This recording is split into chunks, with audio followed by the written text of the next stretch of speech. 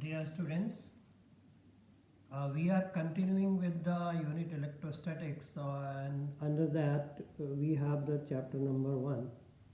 हम लोग chapter 1 कर रहे हैं electric charges in the field. So you have all idea about the electric charges, Coulomb's law, and now आज हम देखेंगे इलेक्ट्रिक फील्ड. जैसा कि हम जानते हैं कि इलेक्ट्रिक चार्ज के सराउंडिंग में एक स्पेस ऐसा होता है जहाँ पर अगर हम किसी दूसरे चार्ज को लेकर आते हैं या रखते हैं तो उस चार्ज पर एक फोर्स लगता है. सो एक्चुअली जैसे कि आपने कूलम्ब्स लॉ में देखा है कि जब भी दो चार्ज एक दूसरे के पास या कहीं भी होते हैं, they are separated by certain distance, तो उनके बीच में एक फोर्स काम करता है जिसको आप कूलम्ब्स फोर्स बोलते हैं, कूलम्ब्स फोर्स बोलते हैं. और वो फोर्स डिपेंड करता है चार्जेस के मैग्नीट्यूड के ऊपर और चार्जेस के बीच की डिस्टेंस पर. वो डिपेंड करता है, मीडियम पे डिपेंड करता है.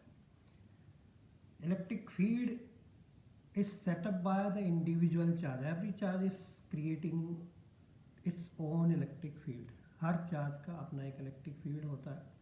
तो electric field is a space around a charge. It surrounds the charge where some another charge can experiences force. अब इसमें एक हम बात करेंगे कि how that electric field is defined as. Electric field को कैसे आप डिफाइन करेंगे. तो means when some charge is kept in the electric field of some another charge, so how it experiences a force. ये force कैसे अनुभव करता है, how much force it experiences, और ये कितना फोर्स एक्सपीरियंस करता है, तो उस पर डिपेंड करेगा इलेक्ट्रिक फील्ड. तो उस इलेक्ट्रिक फील्ड को हम कहते हैं electric field intensity. At that point we can say electric field strength, or we can say simple electric field. So what is that? So suppose that we take a very small charge, infinitesimal small charge, and that charge particularly we call that charge a test charge.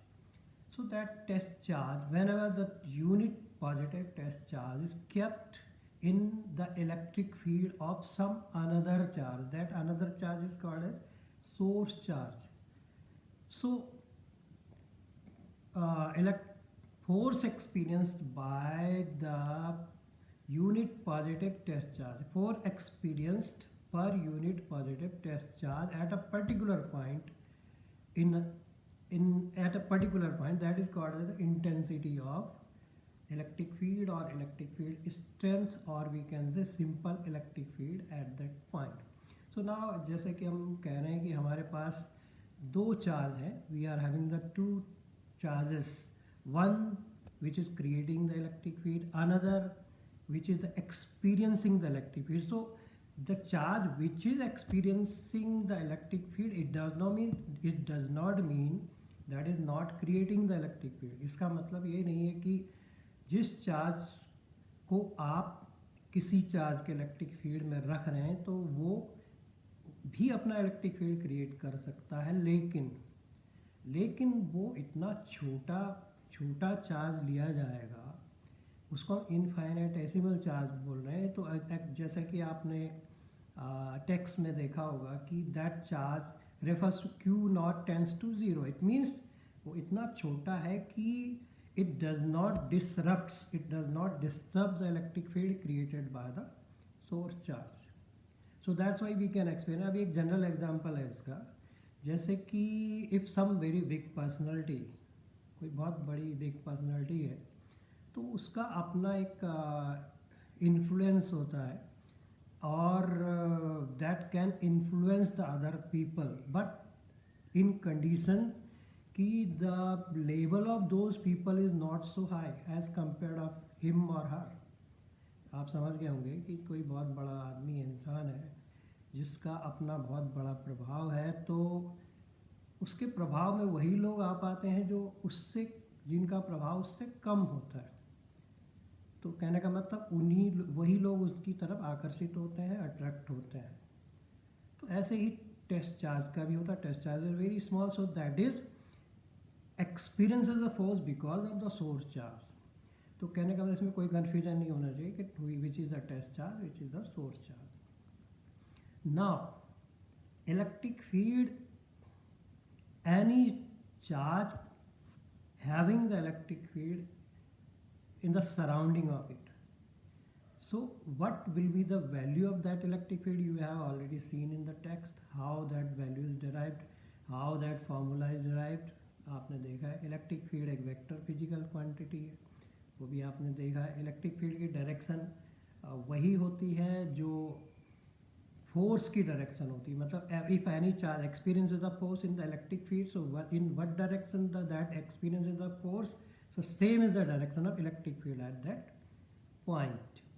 Electric field की unit जो होती Newton पर coulomb होती है, volt पर meter होती है। We can derive these units, so we can electric field is also the vector physical quantity. In the same manner as you write down the force in the vector form, so formula of the force in the vector form, you can also write the formula of electric field in the vector form also, तो अब हमारे पास दो फॉर्मूले हैं electric field को define करने के लिए। एक फॉर्मूला है E = F/Q, equal to F/Q force experience per unit positive charge. So इसमें जो Q है, that Q is the test charge, वो Q test charge कहलाएगा। और एक दूसरा फार्मूला जो हमारे पास होता है, it is the force due to the point charge, that is equal to K. K means 1/4πε0 QY small r square. तो यहाँ पर जो Q है that is the source charge. So source charge is creating the electric field in the surrounding of it. So that's why we can have the two type of the charges. One charge is source charge and another charge is test charge. Now if there are the several number of the charges in the space or anywhere, so we can have the electric field due to the all those charges at a particular point. We can calculate that in the same manner as a force is calculated. तो go through the text, आप text के through जाएं। उस basically हम लोग इसमें electric field की ही बात कर रहे हैं, तो आगे हम और इसमें बात करेंगे इलेक्ट्रिक फील्ड के बारे में। Okay, thank you.